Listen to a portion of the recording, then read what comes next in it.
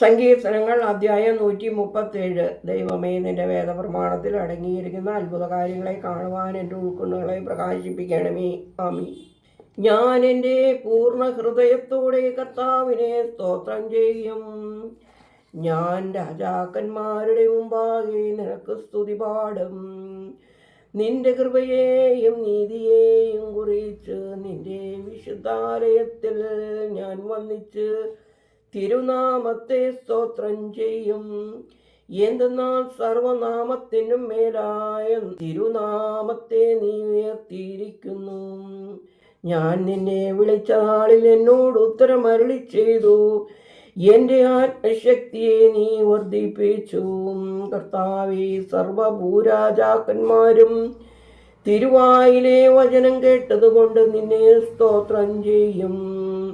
കർത്താവിൻ്റെ ബഹുമാനം വലിയതാകൊണ്ട് തൻ്റെ വഴികളെ അവർ സ്തുതിക്കും.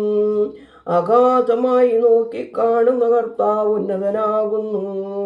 അഹങ്കാരിയെ ദൂരെ നിന്ന് ഞാൻ അറിയുന്നു. ഞാൻ ഞെരുക്കത്തിൽ നടന്നാലും നീ എന്നെ ജീവിപ്പിക്കും. നീ എൻ്റെ ശത്രുക്കളുടെ കോപത്തിനു നേരെ നിന്റെ കൈ നീട്ടി എന്നെ രക്ഷിക്കണമേ.